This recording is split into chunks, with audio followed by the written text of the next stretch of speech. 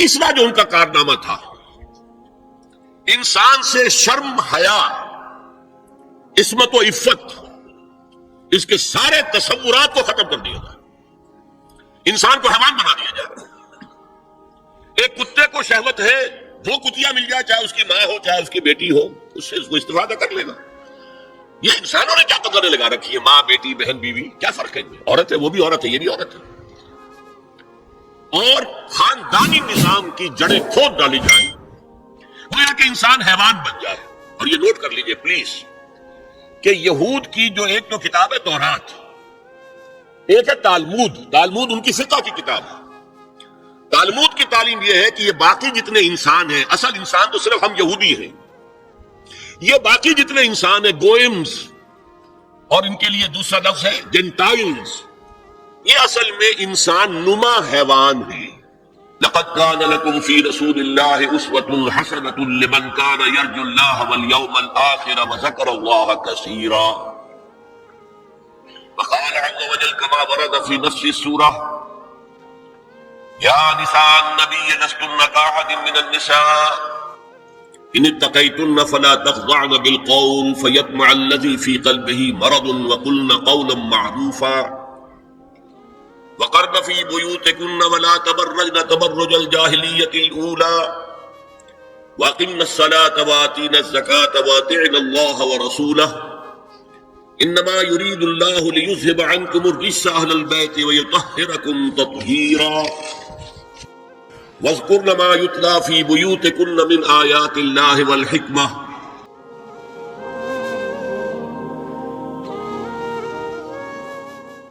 اگر یہ ویڈیو آپ کو اچھی لگی ہے تو آپ کائنڈلی ریالٹی سپیک کو سبسکرائب کریں، ویڈیو کو لائک کریں اور کمنٹ میں جزاک اللہ لکھیں، تاکہ ہمیں اس طرح کے موٹیویشن ملتے رہیں اور ہم آپ کو اس طرح کی ویڈیو شیئر کرتے رہیں۔ جزاک اللہ خیر۔ ان اللہ کان لطیفا خبیرا، صدق اللہ العظیم۔ رب اشرح لی صدری ویسر لی امری واحلل عقدۃ من لسانی یفقهوا قولی۔ اللهم ربنا ألهمنا رشدنا واعذنا من شرور أنفسنا، اللهم أرنا الحق حقا وارزقنا اتباعه وأرنا الباطل باطلا وارزقنا اجتنابه، آمین یا رب العالمین۔ معزز حاضرین اور محترم خواتین، السلام علیکم ورحمۃ اللہ وبرکاتہ۔ میرے عنوان میں اگرچہ ترتیب یہ ہے کہ اسلام میں پردے کے احکام اور یو این او کا سوشل انجینئرنگ پروگرام، لیکن بیان میں جو مؤخر ذکر شے ہے وہ میں پہلے لا رہا ہوں تاکہ پس منظر معلوم ہو جائے کہ اس موضوع پر ہم آج کن حالات میں گفتگو کر رہے ہیں۔ دیکھیے، تقریباً 3 صدیوں سے جو ایک تہذیب یورپ میں پروان چڑھی تھی، اور اس کے بعض حصے تو گلوبلائز ہو چکے ہیں پہلے ہی، لیکن ایک آخری حصہ وہ ہے کہ جس کو اب گلوبلائز کرنے کے لیے بہت ہی منظم اور کنسلٹڈ ایفرٹس ہو رہی ہیں۔ اصل میں فکر انسانی کو توہمات کے چنگل سے نکالنا اور استخراجی منطق، ڈیڈکٹیو لاجک کی تنگنائیوں میں سے باہر نکالنا، یہ کام اسلام اور قرآن کا ہے۔ لیکن اس کے نتیجے میں 2 اسباب سے یہ تہذیب ایک غلط رخ پر پڑ گئی۔ پہلا سبب یہ تھا کہ یورپ میں پوپ کا اقتدار تھا، گویا کہ تھیوکریسی بدترین شکل میں، اور اس پوپ کے اقتدار میں جہاں بعض چیزیں اچھی بھی تھی، وہ بعد میں ذکر کروں گا، وہاں 2 بدترین باتیں یہ تھی کہ سائنس کا پڑھنا حرام، فلسفے کا پڑھنا حرام۔ کسی کے گھر سے سائنس اور فلسفے کی کتابیں نکل آئے تو انہیں زندہ جلا دیا جاتا تھا۔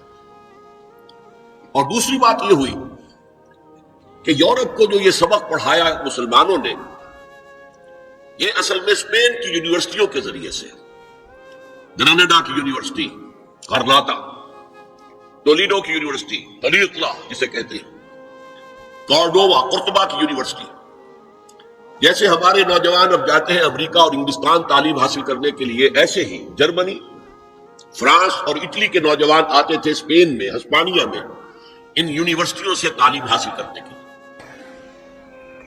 یہاں یہودیوں کا ایک بڑا مؤثر عنصر موجود تھا، اور اس کا بھی ایک خاص سبب تھا۔ یہودیوں کو شدید پرسیکیوشن کا سامنا تھا عیسائیوں کے ہاتھوں۔ بات سمجھ میں آتی ہے، عیسائی جسے خدا کا بیٹا کہتے ہیں اسے یہودی کہتے ہیں ولد الزنا، باسٹرڈ، جادوگر، مرتد، واجب القتل، اور سولی پر چڑھایا۔ تو ظاہر ہے کہ اس قدر فرق ہے، اتنا تضاد ہے کہ بات سمجھ میں آتی ہے کہ سن 300 عیسوی میں جب کانسٹنٹائن جو قیصر روم تھا اس نے عیسائیت اختیار کی اور اس کے ساتھ پوری رومن امپائر عیسائی ہو گئے، تو اب عیسائیوں نے یہودیوں کے اوپر مظالم ڈھانے شروع کیے کہ تم ہمارے جسے ہم خدا کا بیٹا کہتے ہیں تم ان کے بارے میں یہ بات کرتے ہو، تم نے انہیں سولی پر چڑھایا۔ بدترین پرسیکیوشن پورے یورپ میں، ان کے گھیٹوز علیحدہ ہوتے تھے، شہروں میں آباد ہونے کی اجازت نہیں تھی۔ شہر میں ضرورت کے لیے آنے کے لیے وقت مقرر تھا کہ آپ فلاں سے فلاں وقت تک آ سکتے ہیں، کچھ سودا خریدنا ہو آ جائے، اللہ اللہ خیر صلی۔ اور یہ جو پرسیکیوشن یہ اسپین میں شدید ترین تھی، تو ایک بہت سخت عیسائی حکومت تھی ہسپانیہ میں۔ انہوں نے ایک بہت ہوشیار حکمت عملی اختیار کی کہ جب طارق ابن زیاد ہسپانیہ پر حملہ آور ہوئے تو انہوں نے ان کی مدد کی، انہیں راستے بتائے۔ ظاہر بات ہے کہ ان کے لیے یہ ساری انجانی دنیا تھی، انہیں راستے بتائے، ان کی مدد کی۔ نتیجہ یہ ہوا کہ ہسپانیہ میں جب مسلمانوں کی حکومت مستحکم ہوئی تو یہودیوں کو ایک بار پھر تاریخ میں وہ مقام حاصل ہو گیا جو انہیں کبھی حضرت یوسف علیہ السلام کے زمانے میں مصر میں حاصل ہوا تھا۔ مصر میں وہ پیرزادے بن گئے تھے، اس لیے کہ مصر کا بادشاہ حضرت یوسف کا عقیدت مند ہو گیا تھا۔ یہی حال یہاں ہوا۔ چنانچہ یہ بات لکھی ہے بن گوریون نے، جو پہلا وزیر اعظم تھا اسرائیل کا، that the golden era of our diaspora was Muslim Spain۔ یہ مسلم ہسپانیہ جو ہے یہ ہمارے دور انتشار کا عہد زرین ہے۔ یہ دور انتشار ان کا شروع ہوا تھا سن 70 عیسوی میں، جب ٹائٹس رومی نے یروشلم میں ایک دن میں 1,33,000 یہودیوں کو قتل کیا تھا۔ انہوں نے جو ہیکل سلیمانی دوسری مرتبہ بنایا تھا، جسے سیکنڈ ٹیمپل کہتے تھے، اسے منہدم کیا، ختم کیا، اور انہیں فلسطین سے باہر نکال دیا۔ اب جہاں سینگ سمائے چلے جاؤ، یہاں تمہارے رہنے کا کوئی امکان نہیں۔ تو یورپ میں چلے گئے، ایشیا میں آ گئے، افریقہ میں چلے گئے۔ اس کو وہ کہتے ہیں ڈایاسپورا، ہمارا دور انتشار۔ تو اس دور انتشار کا عہد زرعی مسلم اسپین ہے۔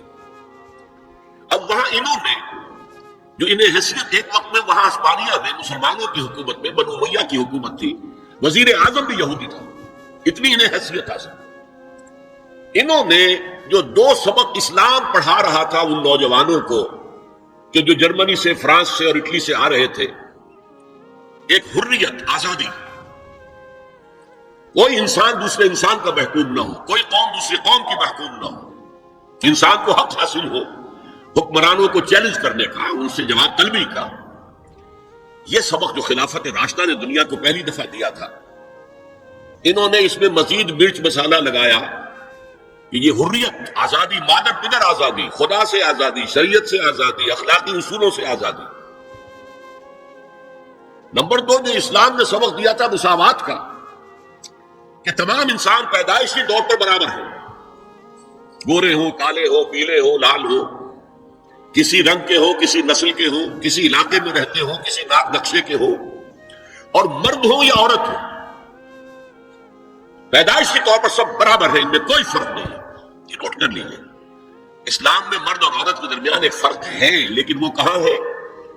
جب ایک مرد اور ایک عورت شادی کے بندھن بندھ جائیں اور ایک خاندان کی بنیاد ڈالے تو خاندان کے ادارے کا سربراہ مرد ہوگا۔ اور یہ ظاہر بات ہے، 2 4 کی طرح کی بات ہے کہ کسی ادارے کے 2 سربراہ نہیں ہو سکتے، ایک سربراہ، اس کے نیچے آپ اسسٹنٹس، ڈپٹیز جتنے چاہے رکھ لیں۔ کسی بھی فرم کا مینیجنگ ڈائریکٹر ایک ہوگا، ڈائریکٹر 10 رکھے، 20 رکھے، 50 رکھے، 2 برابر کے اگر سربراہ ہوں گے تو فساد ہی فساد ہوگا۔ تو یہ انتظامی برتری ہے، جیسے دفتر میں ایک چپراسی ہے اور ایک دفتر کے اندر افسر بیٹھا ہے، ان میں فرق ہے۔ لیکن ویسے یہ دونوں برابر ہیں انسان ہونے کے ناطے، اور سیاسی اعتبار سے ایک ووٹ افسر کا ہے، ایک ہی اس کے چپراسی کا ہے، ایکول۔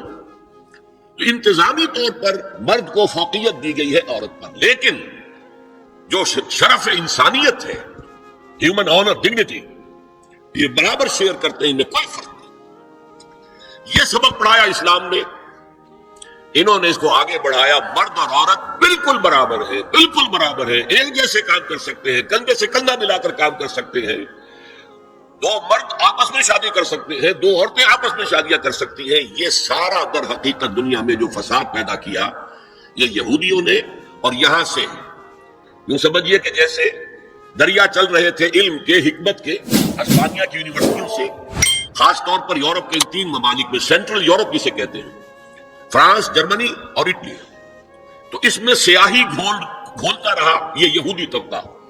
کون سیاہی گھول رہا ہے؟ وقت کے بہتے دریا میں، دریا کے صاف اور پاک پانی آ رہا تھا، اس میں سیاہی گھولی یہودیوں نے۔ اس کے نتیجے میں جو لبرلزم پیدا ہوا، آزادی، وہی جو آج ہمارے یہاں آتا ہے لبرل اسلام، ماڈریٹ اسلام، لبرل اسلام، یہ لبرلزم یہودیوں کی پیداوار ہے، اور اس کے ذریعے سے انہوں نے عیسائیوں سے بھرپور انتقام لیا۔ اس نے تین شکلیں اختیار کی۔ یہ علم جو تھا، جب پوپ کی طرف سے آزادی ہو گئی، اب سائنس پڑھنی شروع کر دی لوگوں نے، فلسفہ بھی پڑھ رہے ہیں، بڑے بڑے فلسفی پیدا ہو گئے، بڑے بڑے سائنسدان پیدا ہو گئے، سائنس کے نتیجے میں ٹیکنالوجی آ گئی، تو ظاہر بات ہے کہ اس سے یورپ کے اندر ایک پاور پوٹینشل ڈیولپ ہو گیا، طاقت، قوت۔ لیکن یہ علم جو تھا یہ یک چشمی تھا، جیسے اب کہتے ہیں دجال کی ایک آنکھ۔ اللہ نے انسان کو دو آنکھیں دی تھی علم کے ضمن میں، ایک تم اپنے حواس ظاہری سے اور عقل سے علم حاصل کرو۔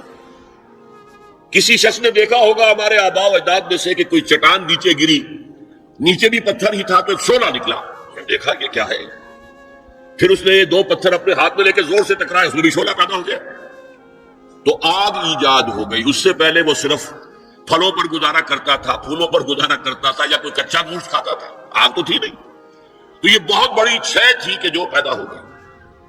پھر آگ کے بعد کبھی کسی نے دیکھا کہ ہانڈی چڑھی ہوئی ہے چولہے پر، اور وہ اس کا ڈھکنا ہل رہا ہے، کون ہلا رہا ہے؟ کوئی جن ہے، بھوت ہے، کون ہے؟ بعد میں معلوم ہوا یہ اس کے نیچے جو سٹیم پیدا ہو رہی ہے، بھاپ، اس بھاپ میں یہ طاقت ہے کہ وہ ہلا رہی ہے، لہذا سٹیم جو ہے سیکنڈ سورس آف انرجی ایجاد ہو گئی۔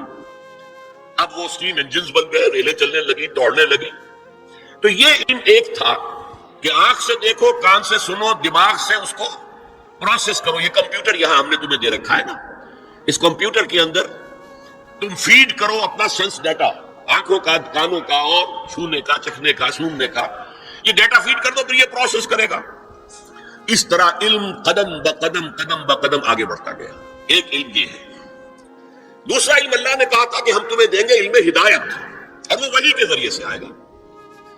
جب سورہ بقرہ کے چوتھے رکوع کے آخر میں ہے، حضرت آدم سے جب کہا گیا کہ آپ زمین کا چارج سنبھالو، تم وہاں کے خلیفہ بنائے گئے ہو، یہ جنت میں تو ایک آزمائشی طور پر تمہیں رکھا گیا تھا، اب جاؤ۔ تو ساتھ ہی کہہ دیا گیا فَإِمَّا يَأْتِيَنَّكُم مِّنِّي هُدًى فَمَن تَبِعَ هُدَايَ فَلَا خَوْفٌ عَلَيْهِمْ وَلَا هُمْ يَحْزَنُونَ۔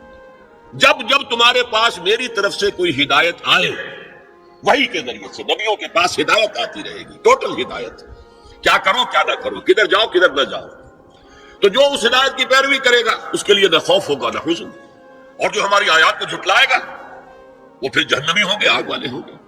تو یہ دو آنکھیں دی تھی اللہ نے، یورپ نے ایک آنکھ بند کر لی، آسمانی ہدایت سے وہ موڑ لیا، ایک آنکھ پوری کھول دی، دیکھو، سنو، نتیجہ نکالو، کمپیوٹر سے پروسیس کرو، آگے بڑھو، فورسز آف نیچر کو کانکر کرو، ہارنس کرو، ایکسپلائٹ کرو، انہیں استعمال کرو، اور آگے بڑھتے چلے جاؤ۔ تو اس کو میں کہہ رہا ہوں یک چشمی علم، ایک آنکھ والا کانا علم ہے یہ، اس لیے کہ دوسرا جو علم ہدایت تھا وہی کا، اس سے انہوں نے آنکھ بند کر لی۔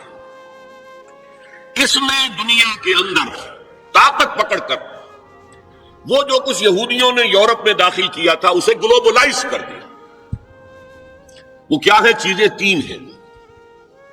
نمبر ایک، سیاست، ریاست، حکومت، معاشرے سے خدا کا کوئی تعلق نہیں،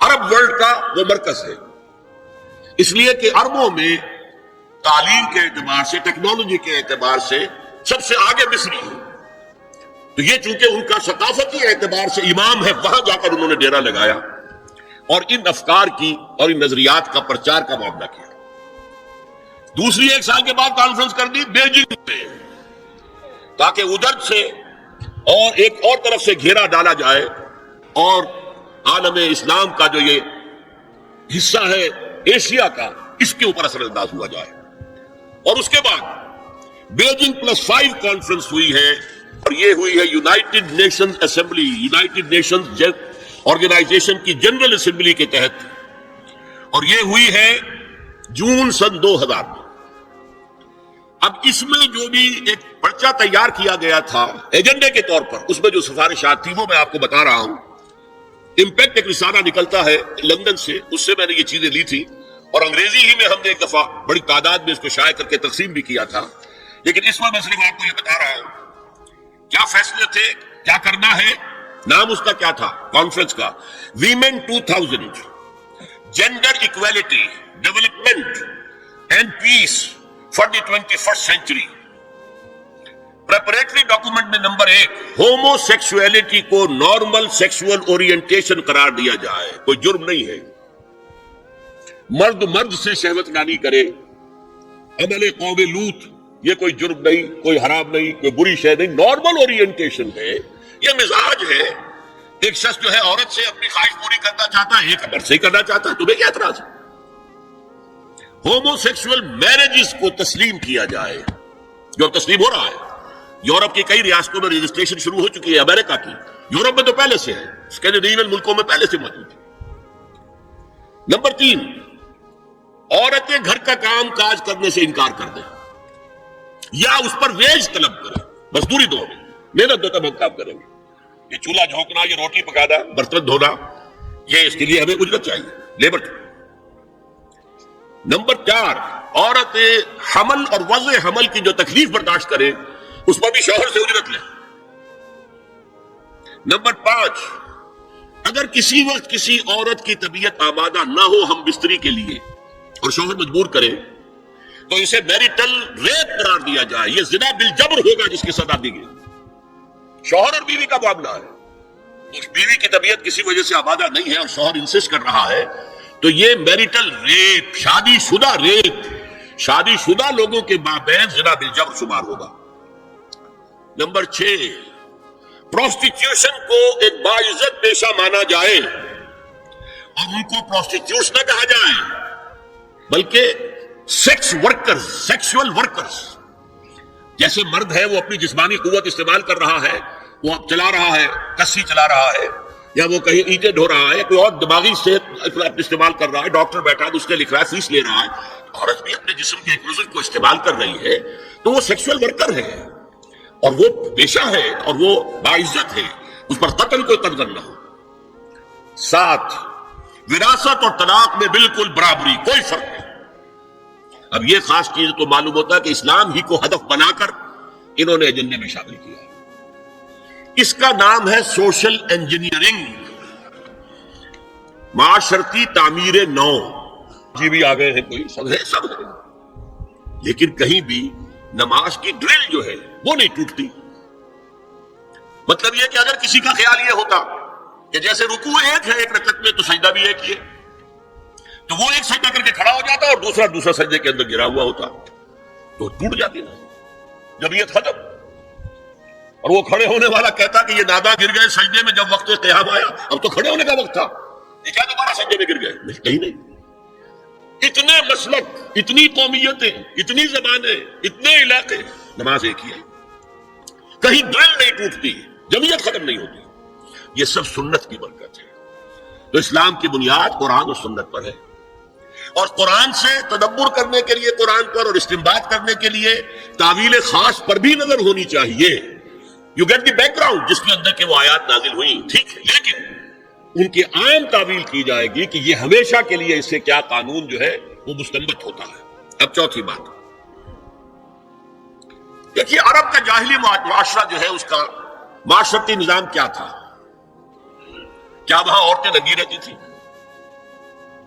کیا وہاں کوئی خاندانی نظام نہیں تھا؟ یہ نہ سمجھیے کہ وہاں کوئی اس طرح کا معاملہ تھا کہ کوئی خلا تھا.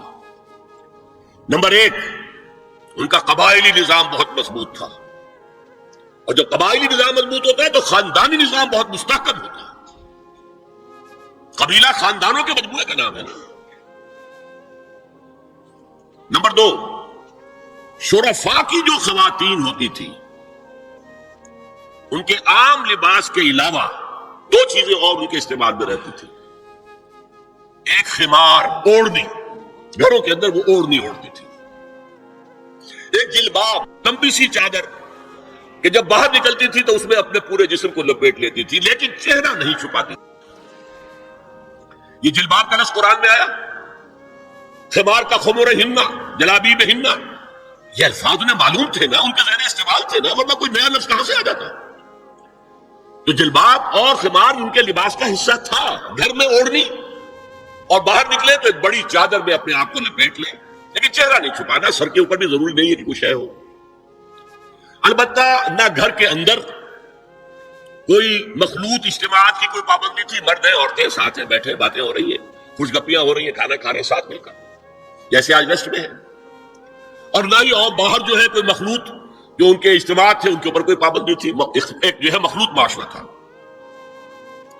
لیکن نمبر تین، وہاں ایک طبقہ تھا کنیزوں کا. کنیزیں، باندیاں، عام خادمائیں، انہیں جاریات بھی کہہ دیتے تھے، چھوکریاں. ان کا جو ہے معاملہ یہ تھا کہ ان کے لیے نہ کوئی جلباب تھی، نہ کوئی خمار تھا. یہ ننگے سر، ننگے منہ، چہرہ کھلا ہوا آتی تھی. لباس کے بھی کوئی بہت زیادہ ان کے کوڈ نہیں تھے. بے پردگی، عریانی، بے حیائی اور بے شرمی، یہ سب ان میں تھا. یہاں تک کہ ان کے آقا ان سے پروسٹیٹیوشن بھی کرواتے تھے، جس کو کہ روکا ہے قرآن میں آ کر سورہ نور کے اندر. ذریعہ بناتے تھے آمدنی کا. میری کنیز ہے، کوئی اسے استعمال کرے، پیسے دے، کمائی ہے نا اس کی، میرے پاس آئے گی، میری کنیز. تو یہ پروسٹیٹیوشن، مقابلہ گری جو ہے، یہ بھی ان کے اندر عام تھی. تو یہ دو طبقے ہو گئے، شرفاء کی خواتین اور یہ عام چھوکریاں، خادمائیں، باندیاں، کنیزیں، جاریات. اور ان سے چھیڑ چھاڑ کرنے کا لوگوں کو حق تھا. وہ بازار میں نکلی ہے تو وہ چھیڑے گا، کیونکہ وہ تو ان کا معاملہ یہ ہے. پروسٹیٹیوشن کے لیے بھی جب آمادہ ہے یا ایک ہے معاملہ چل رہا ہے پروسٹیٹیوشن کا بھی، تو چھیڑ چھاڑ کے اندر تو کوئی بھی رکاوٹ ہے ہی نہیں. اس پس منظر میں دیکھیے اسلام نے جو معاشرتی چینجز کی ہیں، جو معاشرتی اصلاحات کی ہیں، ان کے ہدف کیا ہے. پہلا ہدف مضبوط خاندانی نظام. یہ خاندانی نظام شروع ہوتا ہے ایک مرد اور ایک عورت کے درمیان ازدواج سے، اور وہاں نکاح ہوتا تھا. ان دونوں کے درمیان جتنی محبت ہوگی، جتنا قرب ہوگا، جتنا باہمی اعتماد ہوگا، اتنا ہی خاندان مضبوط ہوگا. اس لیے کہ یہ فرسٹ ڈائمنشن ہے خاندان کی، شوہر اور بیوی. اب شوہر اور بیوی کو اللہ نے اولاد دے دی. Second dimension has been added now. استحکام خاندان کے لیے ضروری ہے کہ اولاد والدین کا ادب کرے، ان کی خدمت کرے ان کے بڑھاپے میں. یہ کہنے کی ضرورت نہیں تھی کہ اولاد سے محبت کرو، اولاد کی محبت تو دل میں ہے ہی ہے، اور اس کے لیے تو یہ کہنا پڑتا زیادہ محبت نہ کرو، زیادہ لاڈ پیار کرو گے بگڑ جائیں گے. ان کے محبت کی وجہ سے حرام میں منہ نہ مارو، انہیں اچھا کھلانا، اچھا پہنانا. یہ روکا گیا ہے، کہیں نہیں کہا گیا اپنی اولاد سے محبت کرو. وہ تو ہے، کریں گے. ہاں لیکن بوڑھے والدین، قرآن میں 5 جگہ اللہ کے حق کے فوراً بعد والدین کا حق ہے. وَقَضَىٰ رَبُّكَ أَلَّا تَعْبُدُوا إِلَّا إِيَّاهُ وَبِالْوَالِدَيْنِ إِحْسَانًا أَنِ اشْكُرْ لِي وَلِوَالِدَيْكَ. دیکھیے سورہ لقمان میں، أَنِ اشْكُرْ لِي، شکر کرو میرا، میں خالق ہوں تمہارا، رب ہوں تمہارا، وَلِوَالِدَيْكَ، اور اپنے والدین کا، کیونکہ وہ ذریعہ بنے ہیں تمہارے اس دنیا میں آنے کی. اور تم جب چھوٹے سے تھے انہوں نے پالا پوسا ہے، اپنا پیٹ کاٹ کر تمہیں کھلایا ہے، اپنی رات کی نیندیں حرام کر کے تمہیں پالا ہے. لہذا وَقَضَىٰ رَبُّكَ أَلَّا تَعْبُدُوا إِلَّا إِيَّاهُ وَبِالْوَالِدَيْنِ إِحْسَانًا.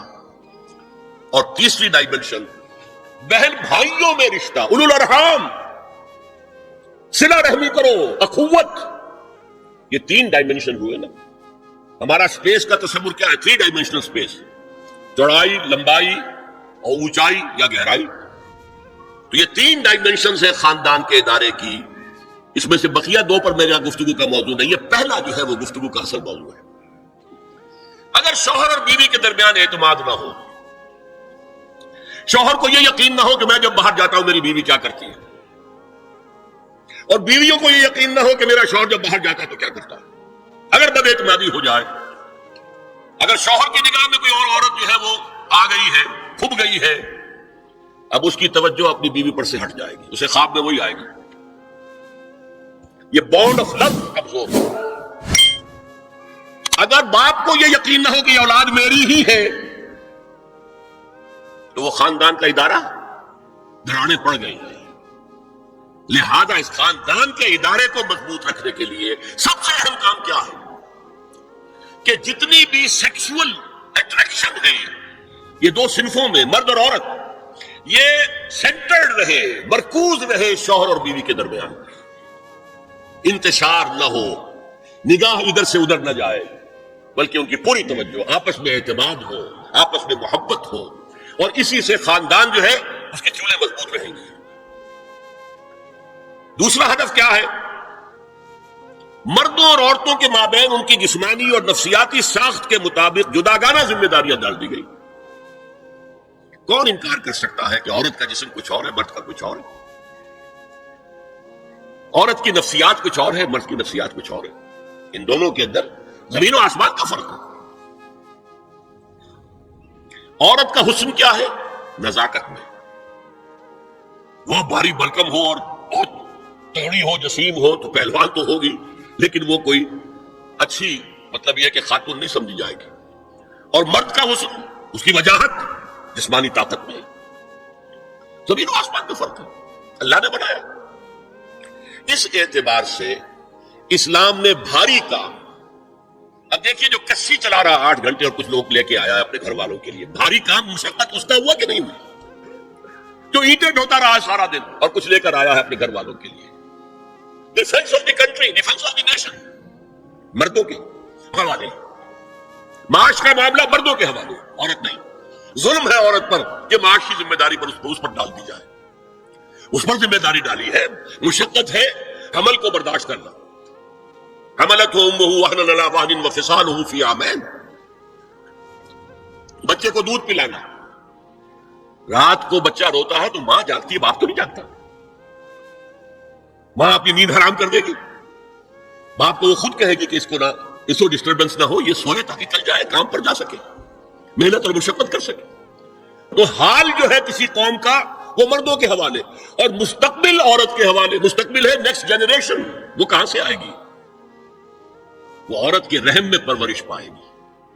یہ مستقبل ہے آپ کا، یہ عورت کی گود میں پرورش پائے گی. تو مستقبل کا سارا بوجھ عورت پر، حال کی ساری ذمہ داریاں، معاش، ڈیفنس، ہر شے مرد کے اوپر. نمبر 3 جو ہدف ہے بہت بڑا بہت بڑا بہت بڑا، جنسی انضباط، سیکس ڈسپلن، زنا کی روک تھام. لا تقربوا الزنا انہ کان فاحشۃ وساء سبیلا. زنا کے قریب تک نہ پھٹکو. یہ نہیں کہا کہ لا تزنوا، نہیں، قریب تک نہ پھٹکو. جیسے کہ یہ فیصلہ آباد کا ہمارا گول چکر ہے اور 8 بازار آ رہے ہیں. اب کوئی سرکاری پروگرام یہ ہے کہ اس گول چکر تک، چوک تک کوئی بھی جلوس نہ پہنچے، تو 8 بازاروں کو بند کرو گے نا. لہذا دور دور تک اللہ تعالیٰ نے وہ حدیں لگا دی ہیں کہ زنا کی ترغیب نہ ہو، زنا کے راستے جو ہے وہ مسدود ہو جائے. اور زنا کے بارے میں اب دیکھیے، یہ اس دور کی انٹلیکچوئل خیانت، ڈس آنیسٹی کا سب سے بڑا معاملہ ہے. جدید نفسیات کا بابا آدم مانا جاتا ہے فرائڈ، اور فرائڈ کے نزدیک انسان کے محرکات عمل میں سب سے زیادہ طاقتور، سب سے زیادہ پوٹنٹ سیکس ہے.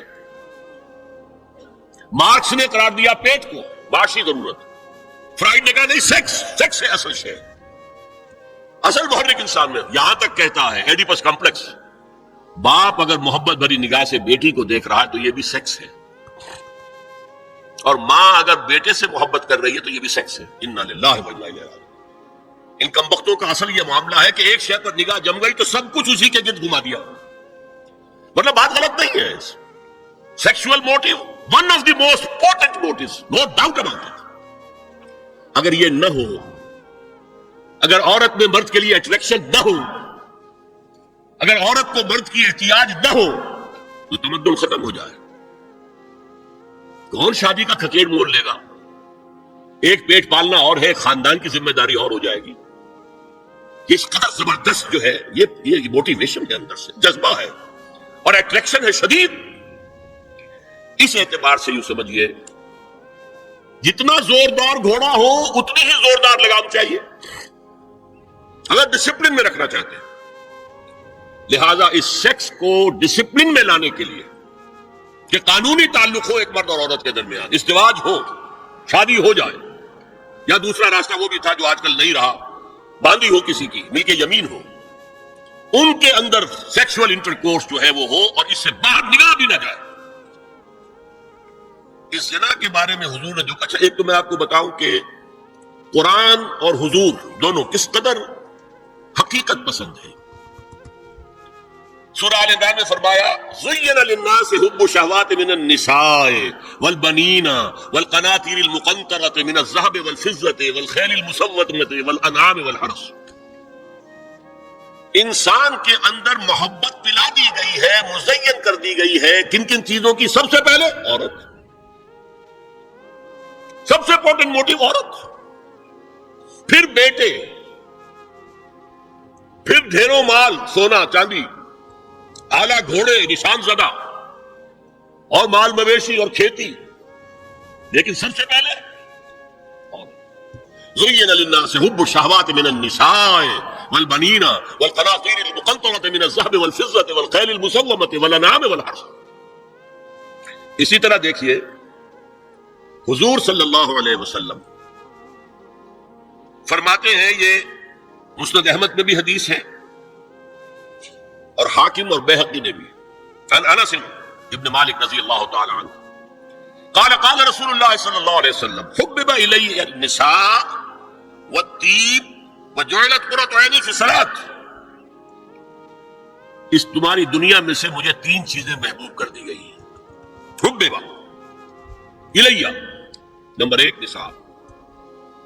کوئی جھجک کی ہے آپ نے بیان کرنے میں؟ ہم شاید یہ جملہ کہتے ہوئے جھجکیں گے, اللہ کا رسول نہیں.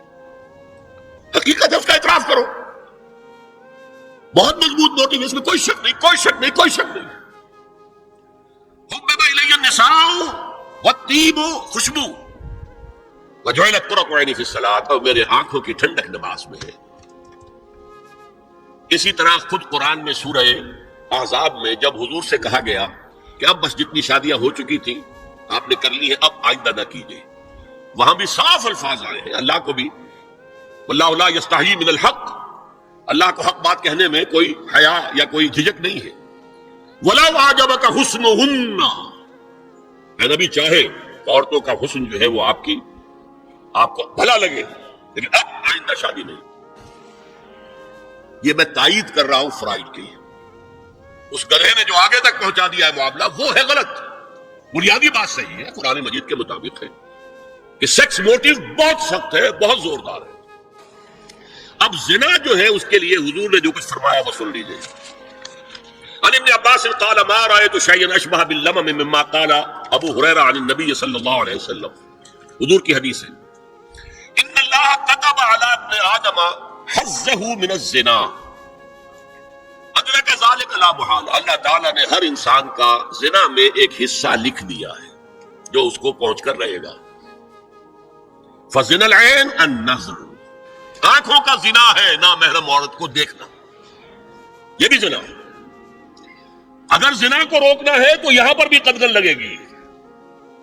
ایک جگہ آیا ہے حدیث میں النظر سہم, یہ تیر ہے, یہ نظر جو ہے نگاہوں کے تیر. یہ تو آپ شاعری کے اندر بھی اور گانوں کے اندر بھی نگاہوں کے تیر سنتے ہیں کہ نہیں سنتے؟ النظر سہم, یہ تیر ہے. وزن اللسان النطق یا منطق, زبان کا زنا ہے کسی عورت سے گفتگو کر کے چٹخارے لینا. عورت کی آواز میں بھی ایک لوچ ہے، حسن ہے. اللہ تعالیٰ نے اسے سراپا ایسا بنایا ہے کہ مرد کے لیے اس کی ہر شے کے اندر اٹریکشن ہے، اس کی آواز میں اٹریکشن ہے. والنفس تمنا و تشتہی، اور باقی رہ گیا نفس، وہ تمنا کرتا ہے کہ اب میں اس سے آگے بھی بڑھوں اور زنا بھی کر لوں. والفرج یصدق ذلک کلہ اور یکذب، لیکن یہ ہو بھی سکتا ہے نہیں بھی ہوتا، لیکن یہ زنا تو کر چکا نا. کان کا زنا اس نے کر لیا، آنکھ کا زنا اس نے کر لیا، زبان کا زنا اس نے کر لیا. ایک تو زنا کی تعریف میں لایا.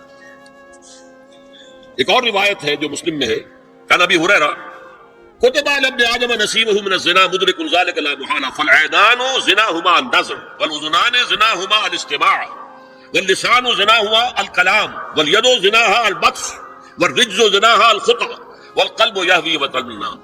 یہ زبان کا بھی زنا ہو رہا ہے، کان کا بھی زنا ہو رہا ہے، ہاتھ کا بھی ہو رہا ہے، کہیں لمس کیا ہے عورت کے جسم کو، ہاتھ ملایا ہے اس سے، اور چل کر کہیں جا رہا ہے دیکھنے کے لیے، یہ پاؤں کا زنا ہو رہا ہے. یہ ہے زنا کی شکلیں جو محمد رسول اللہ صلی اللہ علیہ وسلم نے بیان کی. تو زنا کا روک تھام، زنا کی جو ہمارے معاشرتی اہداف کے اندر بہت اہم ہے، بہت اہم ہے، بہت، ورنہ معاشرہ ٹوٹ پھوٹ کا شکار ہو جائے. میاں بیوی میں اعتماد نہیں ہے، بے اعتمادی کی فضا میں اولاد جو پلے گی اس کی منفی نفسیات ہوگی، کبھی مثبت نفسیات نہیں ہو سکتی. والدین میں محبت ہے، آپس میں اعتماد ہے، تو ایک دوسرے پر اعتماد ہے، ایک دوسرے کا لحاظ ہے، ایک دوسرے کی دلجوئی ہے، ایک دوسرے کی مدد ہے. یہ ساری چیزیں جو ہے وہ ایک فضا پیدا کرتی ہے گھر کے اندر، وہ ایک نارمل، ایک صحت مند فضا جس میں کہ نئی نسل پروان چڑھے گی تو وہ ایک پازیٹیو اور مثبت نفسیات لے کر پیدا ہوگی. اچھا اور دیکھیے اس میں کیا کیا کچھ حضور کی طرف سے آئی ہے. حضرت جابر بن عبداللہ فرماتے ہیں من کان یؤمن باللہ والیوم الآخر فلا یخلون بامرأۃ لیس معها ذو محرم فإن ثالثہما الشیطان. رواہ احمد. دیکھو جو شخص بھی اللہ پر اور یوم آخر پر ایمان رکھتا ہو وہ کبھی کسی اجنبی عورت کے ساتھ خلوت میں نہ رہے، ملاقات نہ کرے جس کے ساتھ کہ اس کا کوئی محرم شامل نہ ہو. کوئی عورت آئی ہے آپ سے مسئلہ پوچھنے کے لیے، اس کا باپ، اس کا بیٹا، اس کا بھائی، اس کا شوہر ساتھ ہونا چاہیے، اکیلے نہیں. اس لیے کہ ثالثہما الشیطان. جہاں یہ ایک مرد اور ایک عورت جو ایک دوسرے کے لیے نامحرم ہے، جب ملیں گے تیسرا وہاں شیطان موجود ہو. اسی طرح حضرت ابن عباس کی روایت ہے لا یخلون رجل بامرأۃ الا ومعها ذو محرم ولا تسافر المرأة الا مع ذی محرم. کوئی مرد کسی عورت کے ساتھ خلوت میں نہ ہو، اکیلے نہ ہو، مگر یہ کہ اس عورت کے ساتھ اس کا محرم موجود ہو. اور کوئی عورت سفر نہ کرے جب تک کہ اس کے ساتھ محرم موجود نہ ہو. اب آئیے چھٹی بات، اسلام میں جو اصلاح کی گئی ہے مختلف میدانوں میں، اس کے دو اصول ہیں. نمبر ایک، تدریج سے اصلاح ہوتی ہے، ایک دم نہیں. نمبر دو، اصلاح کا عمل گھر سے شروع ہونا چاہیے. Charity begins at home. اب میں مثلا مثال دے رہا ہوں. دیکھیے شراب کی حرمت کے ضمن میں 3 درجوں میں حرمت ہوئی ہے. سورہ بقرہ میں فرمایا گیا یسألونک عن الخمر والمیسر قل فیہما اسم کبیر ومنافع للناس واسمہما اکبر من نفعہما. بات ختم. اے نبی یہ آپ سے پوچھ رہے ہیں شراب اور جوئے کے بارے میں، سے کہہ دیجئے ان دونوں میں بہت بڑے گناہ کی بات ہے، اگرچہ لوگوں کے لیے کوئی نفع بھی ہے، لیکن ان کا گناہ نفع سے بہت بڑھ کر ہے. اشارہ دے دیا. بہت سے صحابہ نے اسی آیت پر شراب نوشی ترک کر دی. جو معلوم ہوا which way the wind is blowing، اب ہوا کا رخ کیا ہے، کہاں جا رہی ہے ہوا. پھر آگے سورہ نساء میں آیت آگے وَلَا تَقْرَبُوا الصَّلَاةَ وَأَنْتُمْ سُكَارَىٰ. دیکھو اگر تم نشے کے اندر ہو شراب کے تو نماز کے قریب مت جاؤ. پتہ نہیں تم کیا کہنا شروع کر دو، تو غالب کی عشقیہ غزلی پڑھنی شروع کر دو کھڑے ہو کر، کیا پتہ. ایک اور مل گیا پوائنٹر، نماز جیسی شے سے روکنے والی شے جو عماد الدین ہے وہ تو بہت بری شے ہوئی. بہت سے لوگوں نے اس کے بعد چھوڑ دی. پھر آخری آیت آئی ہے یا ایھا الذین آمنوا انما الخمر والمیسر والانصاب والازلام رجس من عمل الشیطان. یہ شیطانی اعمال ہے، گندگی کے اعمال ہیں. فاجتنبوہ لعلکم تفلحون. تو ان سے بچو، اجتناب کرو تاکہ تم فلاح پاؤ. انما یرید الشیطان ان یوقع بینکم العداوۃ والبغضاء فی الخمر والمیسر. یہ شیطان یہ چاہتا ہے کہ شراب اور جوئے کے ذریعے سے تمہارے مابین دشمنی پیدا کر دے. شراب میں آدمی لڑ پڑا, جوئے کے اندر بھی ہارتا ہارتا ہارتا آخر کھڑا ہو جاتا, مار پیٹ کے اوپر تیار, ہلاک کرتا. فرمایا کہ انما یرید الشیطان ان یوقع بینکم العداوۃ والبغضاء فی الخمر والمیسر وَيَصُدَّكُمْ عَنْ ذِكْرِ اللَّهِ وَعَنِ الصَّلَاةِ فَهَلْ أَنْتُمْ مُنْتَهُونَ. اور باز آتے ہو کہ نہیں. یہ بڑا دھمکی کا انداز ہے. اب کچھ لوگ کیا کہتے ہیں کہ یہاں پہ حرام کا لفظ تو نہیں آیا, اِنَّا لِلَّهِ وَإِنَّا إِلَيْهِ رَاجِعُونَ. هَلْ أَنْتُمْ مُنْتَهُونَ, باز آتے ہو کہ نہیں. اس سے زیادہ روکنے کا کوئی معاملہ ہو سکتا. اور حدیث میں اندر اصول آ گیا, مَا أَسْكَرَ كَثِيرُهُ فَقَلِيلُهُ حَرَامٌ. جو شے اگر زیادہ مقدار میں ہو اور نشہ لے آئے تو اس کی تھوڑی مقدار بھی حرام ہے. شراب کا ایک قطرہ بھی حرام ہے. لیکن آج ہم کہہ رہے شراب تو حرام ہے ہی نہیں, تاکہ مغرب مان لے کہ ہاں یہ تو بڑے ماڈریٹ لوگ ہیں, بڑے لبرل لوگ ہیں, روشن خیال ہیں, یہ کوئی دقیانوسی نہیں ہے, یہ فنڈامنٹلسٹ نہیں ہے. اسی طریقے سے یہ جو معاشرتی معاملے میں اصلاح کا دائرہ شروع ہوا ہے, اس میں ہم دیکھتے ہیں کہ ابتدا میں ازواج مطہرات سے خطاب ہے, جسے دلیل بنا لیا بعض لوگوں نے. یہ احکام تو صرف ازواج مطہرات کے لیے ہے, حالانکہ میں نے اصول پہلے بتا دیا. Charity begins at home. جیسے حضور فرماتے تھے انا اول المسلمین, دیکھو میں تمہیں اسلام کی دعوت دے رہا ہوں, سب سے پہلا مسلمان میں خود ہوں.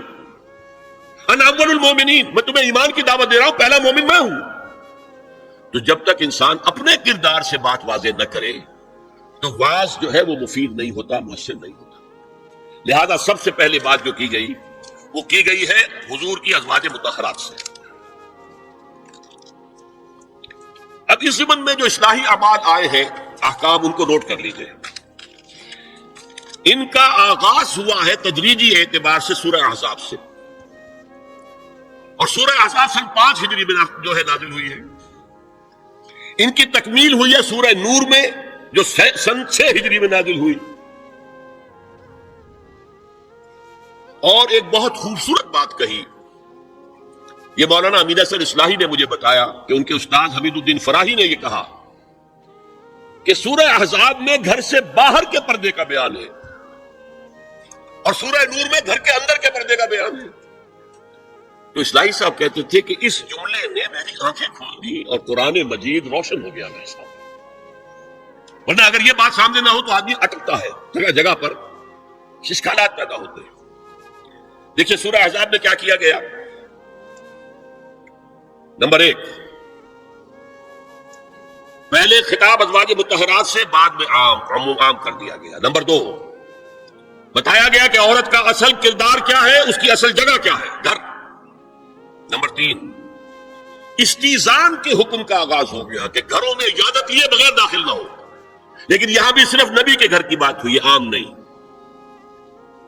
پھر محرموں کی ایک چھوٹی فہرست ہے جو سورہ احزاب میں آ گئی ہے, اور گھر سے باہر کے پردے کا حکم آ گیا. یہ سورہ احزاب میں. سورہ نور میں استیزان اب عام کر دیا, کسی بھی گھر میں داخل مت ہو جب تک اذن نہ لے لو. یہ دیکھیے تدریج, پہلے حضور کے گھروں میں داخل نہ ہو, اب کسی بھی گھر میں داخل نہیں ہو سکتے بغیر استیزان کے. اور احادیث مبارکہ میں اتنی سختی آئی ہے, میں بعد میں آپ کو بتاؤں گا. دوسرے یہ کہ گھر کے اندر پردہ جو محرموں سے پردہ ہے, محرموں سے پردہ. محرم کون ہوتا ہے سمجھ لیجئے. محرم وہ ہے جس سے کبھی بھی کسی شکل میں کسی حالت میں شادی نہ ہو سکے.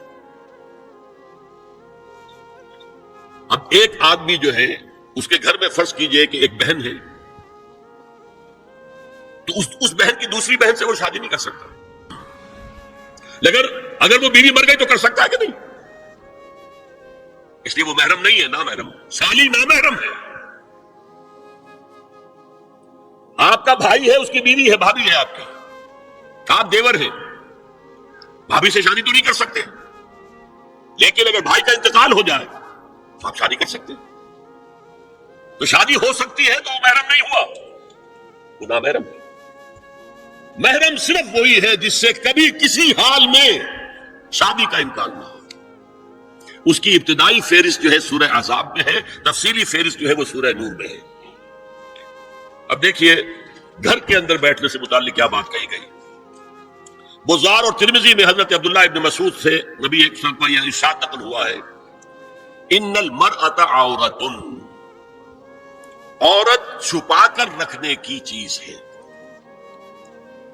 ہمارے ایک نوجوان ساتھی نے ایک دفعہ مضمون لکھا تھا بڑا پیارا، انہوں نے کہا کہ قرآن مجید میں جو اشارات ہیں، حور مقصورات فی الخیام، وہ حوریں جو ہوں گی وہ خیموں کے اندر ہوں گی، وہیں رہیں گی۔ قصر کہتے ہیں روک دینے کو، باہر نہیں نکلتی وہ، مقصورات فی الخیام۔ حوروں کا کأنہن لؤلؤ مکنون، ایسے ہوں گے کہ جیسے کہ موتی جسے چھپا کر رکھا گیا۔ عورت چھپا کر رکھنے کی شے ہے، المرأۃ کلھا عورۃ، عورت کہتے ہیں اس کو ہے جسے چھپا کر رکھا جائے۔ ان المرأۃ عورۃ فاذا خرجت، جب وہ گھر سے نکلتی ہے، استشرفھا شیطان، اب شیطان جو ہے اس کو تاک میں رکھتا ہے۔ واقرب ما تکون فی روحۃ ربھا وہی فی قعر بیتھا، وہ اپنے رب کی رحمت سے قریب ترین ہوتی ہے جبکہ اپنے گھر کے بھی کسی اندرونی حصے میں۔ صحن میں ہوگی تو شاید ادھر ادھر کے کوٹھوں سے نظر پڑ جائے۔ اسی لیے فرمایا مردوں کے لیے مسجد میں نماز افضل 28 گنا، اور عورت کے لیے گھر کی نماز مسجد سے افضل، گھر کے صحن کی مسجد سے افضل، دالان کی صحن سے افضل، کمرے میں اس سے افضل، اور کمرے کی کوئی بغلی کوٹھڑی ہے تو اس میں سب سے افضل۔ یہ احادیث نبی اکرم صلی اللہ علیہ وسلم مزاج ہے نا، اس سے بن رہا ہے، ایک معاشرت وجود میں آ رہی ہے۔ یہ ساری چیزیں کیوں آ رہی ہیں؟ اور سنیے، لا جناح علیہن فی آبائہن ولا ابنائہن ولا اخوانہن ولا ابناء اخوانہن ولا ابناء اخواتہن ولا نسائہن ولا ما ملکت ایمانہن واتقین اللہ ان اللہ کان علی کل شیء شہیدا۔ کوئی حرج نہیں ہے ازواج مطہرات پر ان کے باپوں کے سلسلے میں۔ ابو بکر آئے تو جائے سیدھے حضرت عائشہ کے حجرے میں، کون روکے گا؟ اور بیٹوں کے اور ان کے بھائیوں کے اور ان کے بیٹوں کے بھائی بھتیجے اور ان کی بہنوں کے بیٹے یعنی بھانجے، ولا نسائہن، نسائہن اس کو میں چاہتا ہوں نوٹ کریں آپ، اپنی عورتیں، جان پہچان کی عورتیں، اجنبی عورتیں نہیں۔ اس پر مزید گفتگو ہوگی سورہ نور کے حوالے سے۔ ولا ما ملکت ایمانہن، اور جو ان کے ملک یمین ہے، ان میں ایک رائے یہ ہے کہ مراد صرف باندیاں ہیں، اور ایک مراد یہ ہے کہ اس میں مرد غلام بھی شامل ہیں۔ ایک رائے یہ ہے کہ مرد غلام جب تک کہ ابھی وہ بالغ نہ ہو، بچہ ہو، بہرحال یہ آراء ہے علیحدہ۔ واتقین اللہ ان اللہ کان علی کل شیء شہیدا، اور اللہ کا تقوی اختیار کرو، یقیناً اللہ ہر چیز کو دیکھ رہا ہے۔ اب آئیے سورہ نور کی طرف۔ اب میں یہاں پر سورہ نور میں آغاز جو ہوا ہے سورہ نور کا، وہ سب کو معلوم ہے۔ زنا کی کیا حد ہے، سزا کیا ہے؟ غیر شادی شدہ زانی یا زانیہ، اس کی سزا 100 کوڑے، اور اگر کوئی الزام لگائے اور ثبوت پیش نہ کر سکے، 4 گواہ نہ لا سکے، تو قذف کی حد کیا ہے؟ 80 کوڑے۔ اس کے بعد اصل میں جو زنا کا سد باب کرنے کے لیے احکام ہے وہ آئے ہیں۔ چنانچہ اس میں سب سے پہلے کیا ہوا؟ استیزان کا حکم بڑی تفصیل کے ساتھ آیا، بہت تفصیل کے ساتھ آیا۔ یا ایھا الذین آمنوا لا تدخلوا بیوتا غیر بیوتکم حتی تستأنسوا وتسلموا علی اہلہا ذالکم خیر لکم لعلکم تذکرون۔ اہل ایمان ہرگز مت داخل ہو اپنے گھروں کے علاوہ کسی اور گھر میں جب تک کہ تم ان کے ساتھ مانوس نہ ہو جاؤ، اذن نہ لے لو، ان پر سلام نہ کرو، یہی تمہارے لیے خیر بہتر ہے۔ اس کے بعد تفصیل آئی ہے، اس میں میں اس وقت نہیں جا رہا ہوں۔ اور جو لوگ اس پر عمل نہیں کرتے ان کے بارے میں قرآن مجید کیا کچھ، حضور کیا کچھ فرما رہے ہیں، یہ آپ سن لیجئے، بہت سخت احکام ہے۔ عن ابی ہریرہ رضی اللہ عنہ ان رسول اللہ صلی اللہ علیہ وسلم قال لو ان امرا اطلع عليك بغیر اذن فخذفته بحصاة ففقعت عینه ما كان عليك من جناح، متفق علیہ، بخاری اور مسلم دونوں کی ہے۔ اگر کوئی شخص تمہارے گھر میں بغیر اجازت کے داخل ہو جائے اور تم اس کی سزا کے طور پر اس پر کنکریاں پھینکو اور اس کی آنکھ پھوٹ جائے کنکری سے، تو تم پر کوئی گناہ نہیں ہے۔ بغیر اجازت کے گھر میں آ گیا ہے بغیر اذن کے، بغیر استئذان کے کنکریاں مارو اور کنکری سے آنکھ پھوٹ جائے، فما کان علیک من جناح، کوئی حرج نہیں۔ اسی طرح آیا ہے من اطلع دار قوم بغیر اذنہم ففقعوا عینہ فقد حضرت عینہ، یہ ابو داؤد کی روایت ہے۔ جو شخص بغیر اذن لیے کسی کے گھر میں داخل ہوا ہے اور اگر اس نے اس کی آنکھ پھوڑ دی تو اس کے اوپر کوئی ہرجانہ نہیں ہے، کوئی اس کی دیت نہیں، کوئی ہرجانہ نہیں۔ اجازت لینے کے ضمن میں کیا ہے؟ حضور نے طریقہ بتایا، 3 مرتبہ پکارنے کی حد مقرر کر دیا، فرمایا اگر تیسری مرتبہ پکارنے پر بھی جواب نہ آئے تو واپس ہو جاؤ۔ قرآن میں بھی ہے اذا قیل لکم ارجعوا فارجعوا، اگر تم وہ کہتے چلے جاؤ، ملاقات نہیں ہو سکتی، چلے جاؤ۔ ہاں اگر آپ ٹائم لے کر آئے ہیں تب بات دوسری ہے، پھر تو اس کو ملنا ہے، لیکن آپ ایسے ہی پہنچ گئے ہیں، پتہ نہیں وہ اپنی کس مصروفیت میں ہے، آپ کا حق نہیں ہے کہ وہ آپ کو ریسیو کرے اور آپ سے بات کرے۔ اذا قیل لکم ارجعوا فارجعوا، اور برا نہ مانو کہ میرا یہ معاملہ کیا، میں آیا تھا اور مجھے جو ہے مجھ سے ملاقات نہیں کی۔ اور اس سلسلے میں ایک بڑا دلچسپ واقعہ ہے۔ ایک مرتبہ آپ حضرت سعد ابن عبادہ کے ہاں گئے اور السلام علیکم ورحمۃ اللہ کہہ کر 2 دفعہ اجازت طلب کی، مگر اندر سے جواب نہ آیا۔ تیسری مرتبہ جواب نہ ملنے پر آپ واپس ہو گئے۔ حضرت سعد اندر سے دوڑ کر آئے اور عرض کیا یا رسول اللہ، میں آپ کی آواز سن رہا تھا مگر میرا جی چاہتا تھا کہ آپ کی زبان مبارک سے میرے لیے جتنی بار بھی سلام و رحمت کی دعا نکل جائے اچھا ہے۔ تیسری مرتبہ بھی آپ کہے، پھر دوڑ کر آئے اور لپٹ گئے حضور سے صلی اللہ علیہ وسلم۔ یہ ہے استئذان کا معاملہ۔ اب آ رہی ہے اصل آیت، قل للمؤمنین یغضوا من ابصارهم ویحفظوا فروجهم ذلک ازکی لهم ان اللہ خبیر ما یصنعون وقل للمؤمنات یغضضن من ابصارهن ویحفظن فروجهن ولا یبدین زینتهن الا ما ظهر منها وَلْيَضْرِبْنَ بِخُمُرِهِنَّ عَلَى جُيُوبِهِنَّ وَلَا يُبْدِينَ زِينَتَهُنَّ إِلَّا لِبُعُولَتِهِنَّ أَوْ آبَائِهِنَّ أَوْ آبَاءِ بُعُولَتِهِنَّ أَوْ أَبْنَائِهِنَّ أَوْ أَبْنَاءِ بُعُولَتِهِنَّ أَوْ إِخْوَانِهِنَّ أَوْ بَنِي إِخْوَانِهِنَّ أَوْ بَنِي أَخَوَاتِهِنَّ أَوْ نِسَائِهِنَّ أَوْ مَا مَلَكَتْ أَيْمَانُهُنَّ أَوِ التَّابِعِينَ غَيْرِ أُولِي الْإِرْبَةِ مِنَ الرِّجَالِ أَوِ الطَّفْلِ الَّذِينَ لَا يَظْهَرُونَ عَلَى عَوْرَاتِ النِّسَاءِ وَلَا يَضْرِبْنَ بِأَرْجُلِهِنَّ لِيُعْلَمَ مَا يُخْفِينَ مِنْ زِينَتِهِنَّ وَتُوبُوا إِلَى اللَّهِ جَمِيعًا أَيُّهَا الْمُؤْمِنُونَ لَعَلَّكُمْ تُفْلِحُونَ۔ یہ لمبی آیت ہے۔ اہل ایمان، اے نبی کہہ دیجئے اہل ایمان مردوں سے اپنی نگاہیں نیچی رکھا کریں اور اپنی شرمگاہوں کی حفاظت کریں، یہی ان کے لیے زیادہ پاکیزہ عمل ہے۔ ان اللہ خبیر بما یصنعون، اور جو کچھ وہ کر رہے ہیں اللہ اس سے واقف ہے۔ وقل للمؤمنات یغضضن من ابصارهن، اور مومن عورتوں سے بھی کہہ دیجئے کہ وہ اپنی نگاہیں جو ہیں نیچی رکھا کریں، وَيَحْفَظْنَ فُرُوجَهُنَّ، اپنی شرمگاہوں کی حفاظت کریں، وَلَا يُبْدِينَ زِينَتَهُنَّ إِلَّا مَا ظَهَرَ مِنْهَا، اور اپنی زینت کو ظاہر نہ کیا کریں سوائے اس کے کہ جو بالکل ظاہر ہو جائے، از خود ظاہر ہو۔ دیکھیے سب سے پہلے میں آپ کو بتا چکا ہوں کہ یہ گھر کے اندر کا پردہ ہے۔ نگاہیں نیچی رکھنا گھر کے مرد بھی اور گھر کی عورتیں بھی۔ یہ کیوں کہا گیا؟ آج آپ کے علم میں نہیں ہوگا انسیسٹ کس قدر تیزی سے پھیل رہا ہے مغرب کے اندر۔ انسیسٹ کہتے ہیں باپ کا اپنی بیٹی سے ملوث ہو جانا، ماں کا اپنے بیٹے سے ملوث ہو جانا، بہن بھائیوں کا آپس میں زناکاری کرنا، یہ انسیسٹ کہلاتا ہے۔ اس وقت امریکہ میں سب سے زیادہ جو پریکٹس ہے وہ سائیکیٹرسٹ کی ہے، بڑی فیسیں ہیں، بڑی دوائیں ہیں، جو فارماسیوٹیکل انڈسٹری ہے اس میں بھی سب سے زیادہ فلرشنگ وہ دوائیں ہیں کہ جو ذہنی امراض کی ہیں۔ اور مجھ سے وہاں کئی سائیکیٹرسٹ نے کہا ذہنی امراض کا سب سے بڑا سبب انسیسٹ ہے۔ بیٹی سے زنا کیا باپ نے، بیٹی کے دل پر جو داغ لگ گیا ہے اس کا دماغی توازن ٹھیک نہیں رہتا۔ بہن سے زنا کیا بھائی نے، اور یہ نہ سمجھیے کہ آپ کے ہاں نہیں ہو رہا، یہ وبا آ چکی ہے۔ کہیں آپ نے اخبار میں پڑھا ہوگا بیٹی نے جا کے تھانے میں خبر دی کہ باپ نے میرے ساتھ یہ حرکت کی۔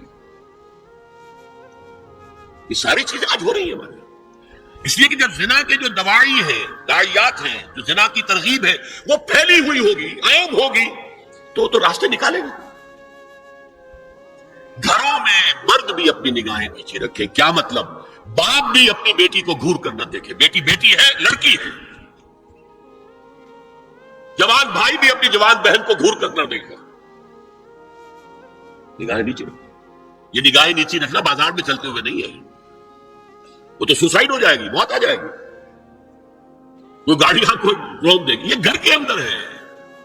اور اس لیے ہے کہ بہرحال باپ مرد ہے، بیٹی عورت ہے۔ تو میں نے آپ کو فرائڈ کی بات بتا دی ہے، وہ تو کہتا ہی ہے کہ باپ اگر محبت بھری نگاہ بیٹی پر ڈالا اس میں سیکس ہے، سیکس کا جذبہ ہے۔